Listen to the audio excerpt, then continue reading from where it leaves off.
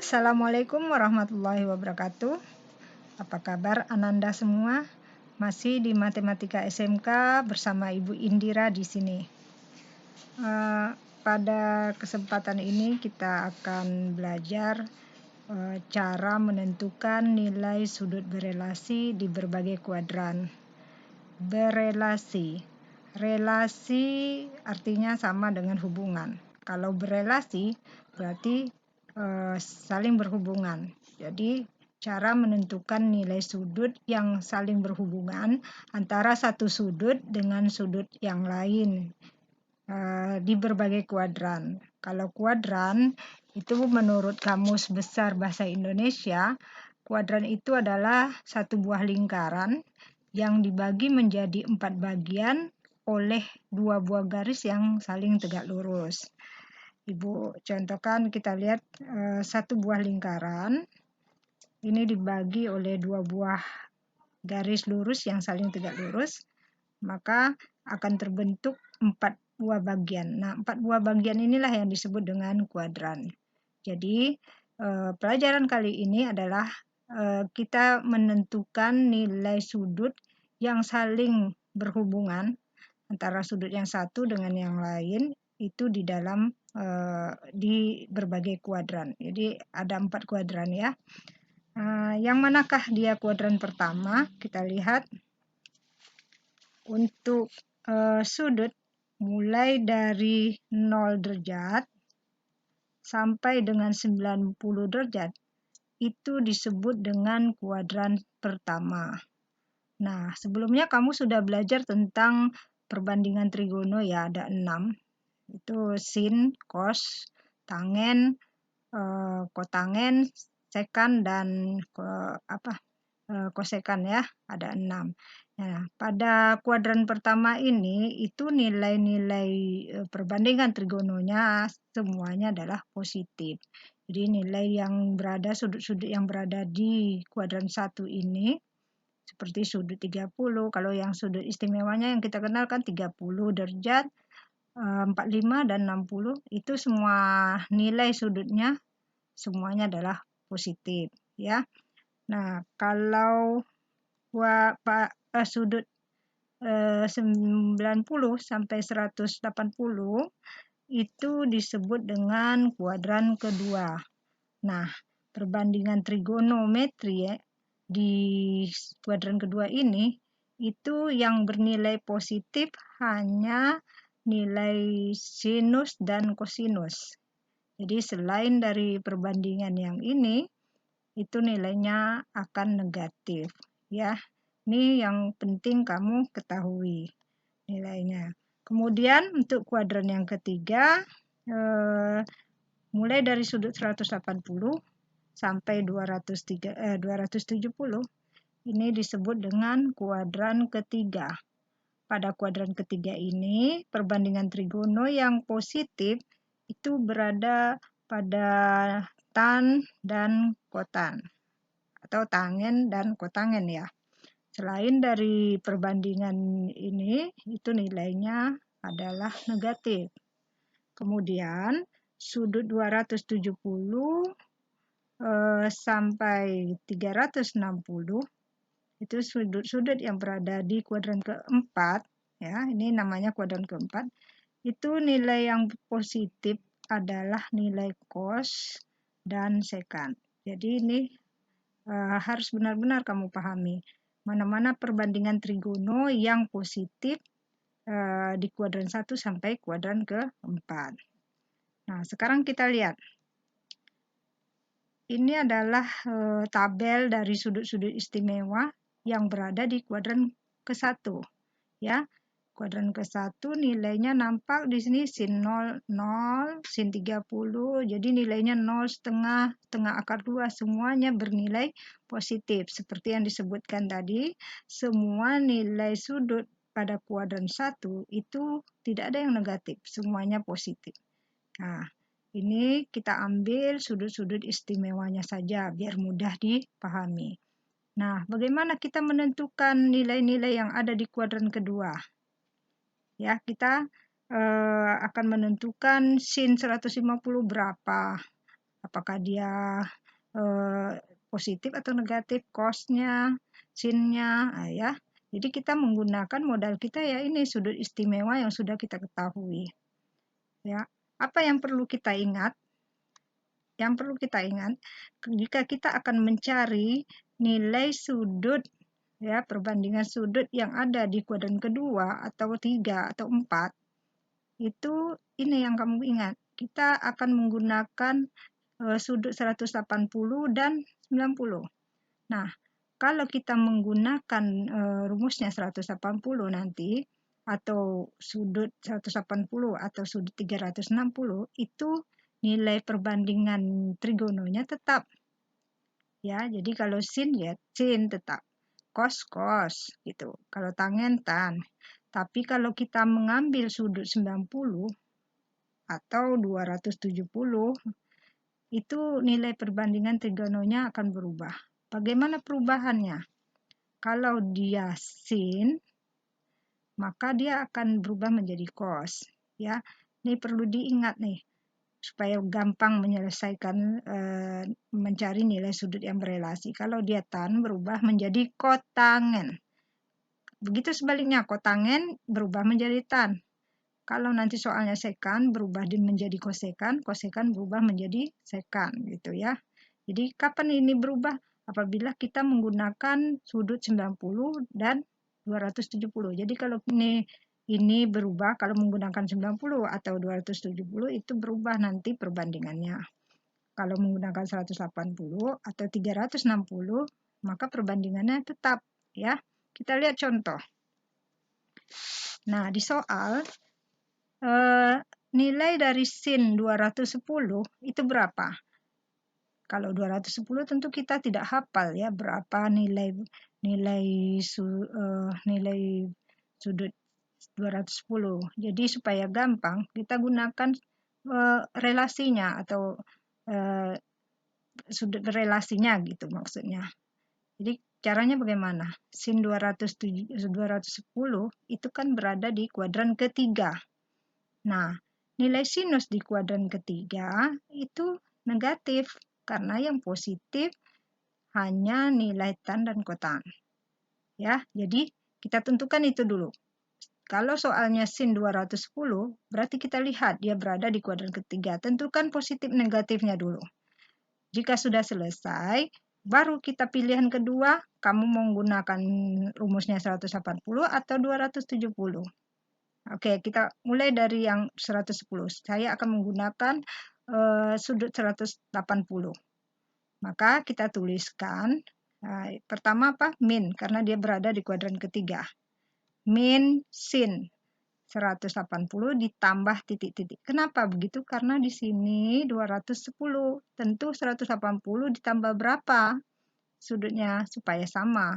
Jadi artinya gini, kita ubah bentuk ke bentuk lain, tapi nilai tetap sama. Ya, jadi 180 ditambah 30. Jadi sama ya. Nah, kalau sudah sama seperti ini, maka 180-nya bisa kamu hilangkan. Kamu cukup mengambil min sin 30. Jadi yang kita ambil ininya lagi. Ini namanya sudut berelasi. Sin 210 berelasi dengan nilai perbandingan min sin 30. Dan sudut istimewa sin 30 kamu sudah tahu. Ya, sin 30 nilainya setengah. Jadi hasilnya adalah min setengah. Nah, begitu. Itu kalau kita menggunakan rumus yang sudut 180. Nah, coba kita ngambil sudut 270. Nah, sin 210 sama dengan, karena dia berada di kuadran ketiga, maka nilai sinnya minus. Jadi min cos. Kenapa berubah cos? Tadinya sin berubah cos. Kenapa? Karena kita menggunakan sudut 270. Kalau 270 berarti nilai sin berubah jadi cos.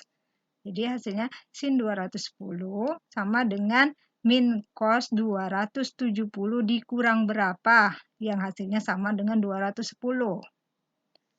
Berarti dikurang 60. Jadi sama. Sin 210 sama artinya dengan min cos 270 dikurang 60. Nah, kalau sudah sama, yang kita pakai adalah 60-nya. 270 bisa kita hilangkan menjadi min cos 60. Jadi, sin 210 berelasi dengan perbandingan min cos 60. Jadi, cos 60 kamu sudah tahu nilainya adalah setengah. Jadi, hasilnya adalah min setengah. Jadi, sama aja.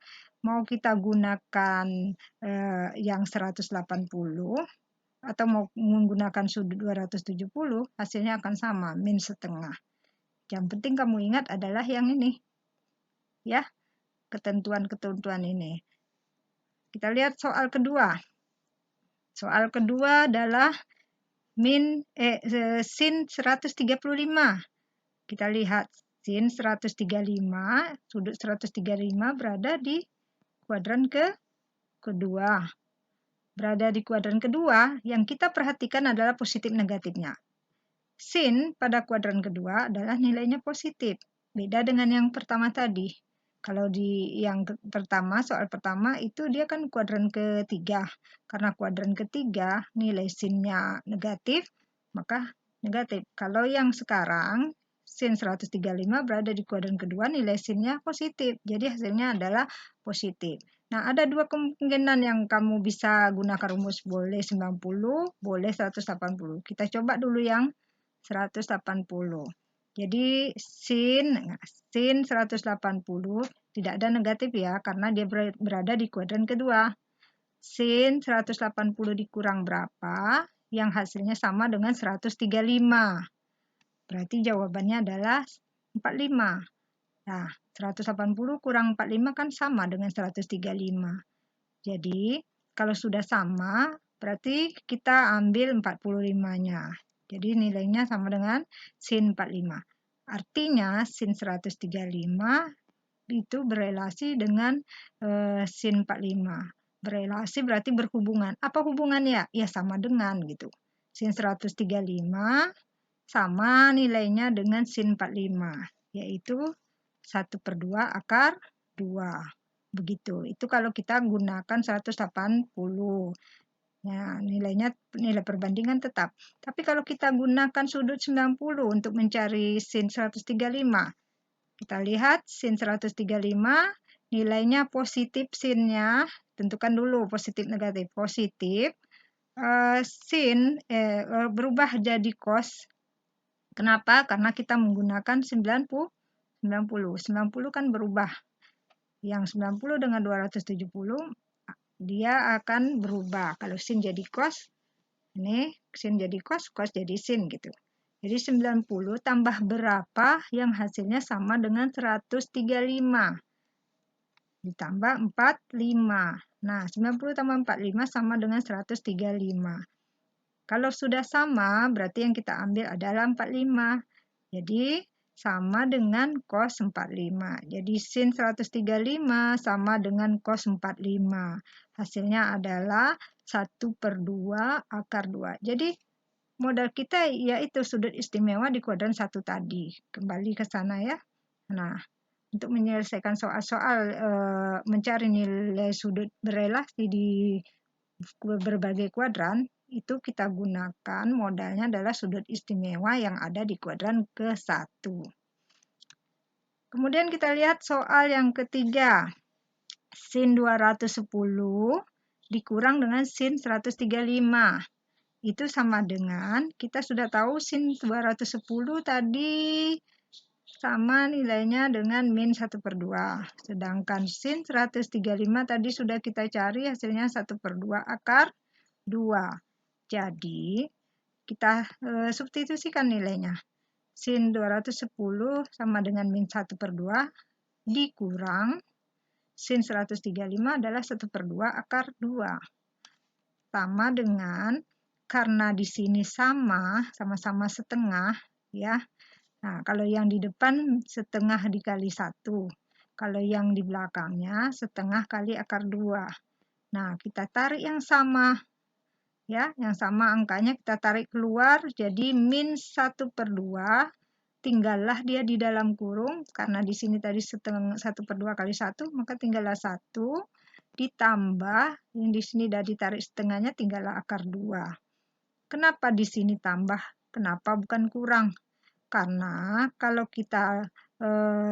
kalau ini dikalikan kembali ke dalam, itu sama dengan di atas.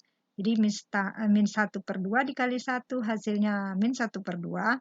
Min 1/2 dikali akar 2, min 1/2 akar 2. Kan sama.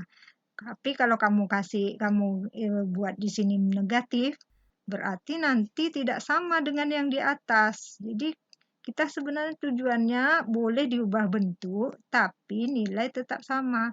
Kalau kamu kasih min di sini, tentu min ketemu min jadi positif.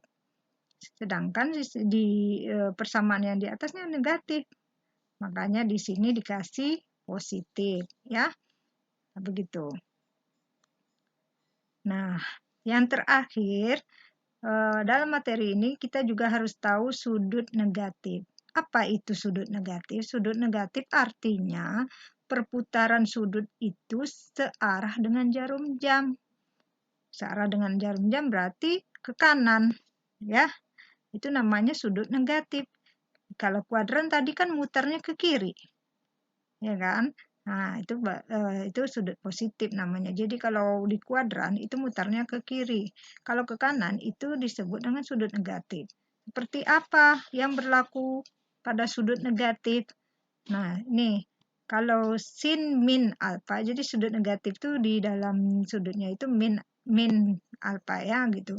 Sin min alfa itu keluar minnya jadi min sin alfa. Kalau cos min alfa itu positif dia. Jadi tidak ada negatifnya hilang. Jadi cos alfa. Kalau tan min alfa itu keluar negatifnya min tan alfa. Ya. Jadi yang positif hanya kosinus, ya. Contoh sin min 30 berarti sudut ini sudut negatif. Dia berputar ke kanan. Min sin 30 derajat ditambah sin 210 derajat. Nah, ini sama dengan karena dia sin min 30, berarti keluar minnya. Min sin 30 jadinya ditambah sin 210 tadi sudah kita cari. Nilainya sama dengan min sin 30.